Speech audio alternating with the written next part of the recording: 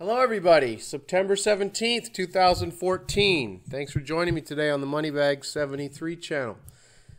Well, I'm going to talk about those two graphs that I mentioned in my last video about people who might be on the fence or wondering if they should pick up some gold and trade their paper nothings for some real money for thousands of years, as if that's not obvious enough. But some people aren't sure, so we're going to look at a couple graphs. This is not one of the two graphs I'm talking about. It is actually, but this is 2012, so it's 2 years ago.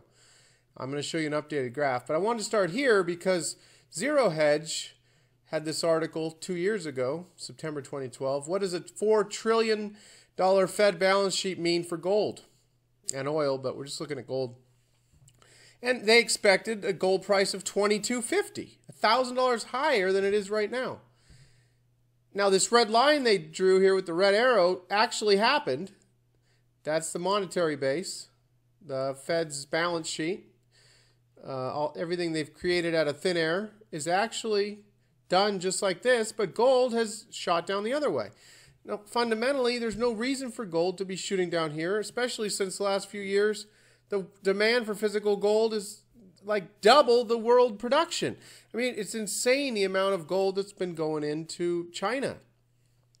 But that's another topic, and I may do another video on that. I've done a lot of videos on that. You can check the channel if you're interested in those videos. I've tried to cover a lot of the imports of gold into China. So anyhow, looking at this, you would expect the gold to follow along like it has since 2000 as a barometer showing you what they're doing to the fiat money that we use, the Federal Reserve notes. But it's done just the opposite. So that's why a lot of us who've been predicting inflation and everything, it hasn't happened yet. I mean, we have the high prices as a result of the inflation showing up, especially in the stock market, huge bubble that they've blown up. And we see it in prices for tuition for college. I mean, it's showing up a lot of different places. It's showing up on the shelves at the grocery store. But anyhow, let's go look at this updated one. Now, this is actually, this gold price here is down near 1,200. So this is actually fallen further. This here is only at 3.5 trillion. So it's actually up here by the G.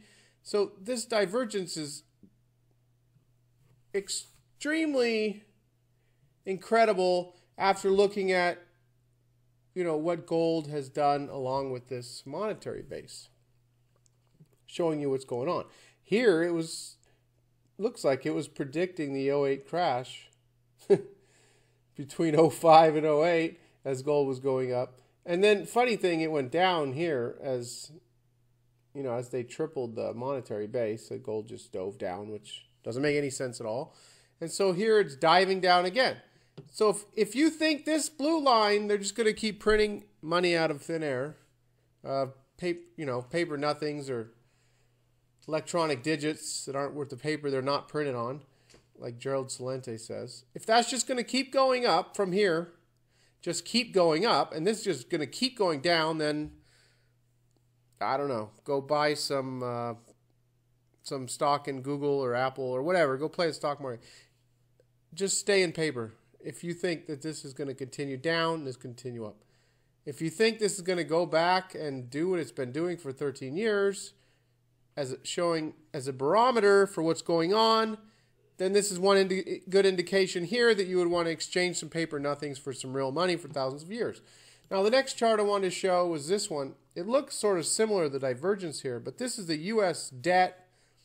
The current national debt, not the unfunded liabilities, which go into the hundreds of trillions, just the current debt versus gold.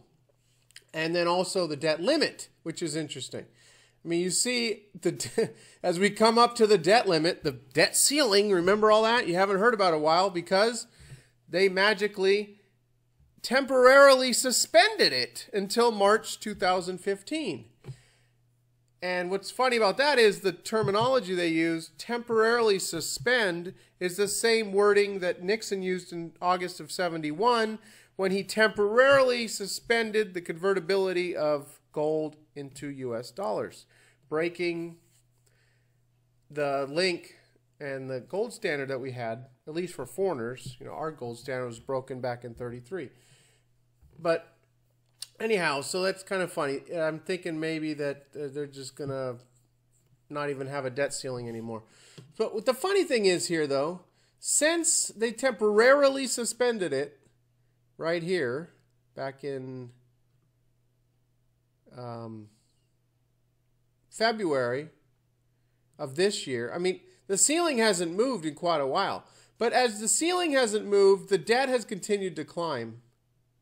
And the price of gold has continued to fall. So that makes no sense whatsoever. You could just borrow as much as you want, but real money, you're going to have to monetize this debt and print more paper nothings. And so it's going to take more paper nothings to buy the same ounce of gold. No, according to this, it's going to take less. So with less paper nothings, you're going to be able to buy more gold. This just makes no sense at all, what you're seeing here. So if you think this red line is just going to continue on up to 20 trillion, 25 trillion, and this yellow line is going to continue on down after tracking each other for 13 years, then go buy some Google or go buy some Webvan. Webvan, remember that? Whatever, just go play the stock market. But if you think that this yellow line is going to come back up here and continue to track like it has been, gold's going to go over 2,000. It could happen real soon, according to Harvey Organ, in the next 3 months. But anyhow, I think these two graphs are really telling. And please share this with other people if you think this is helpful. And thanks for watching. I'll talk to you all soon.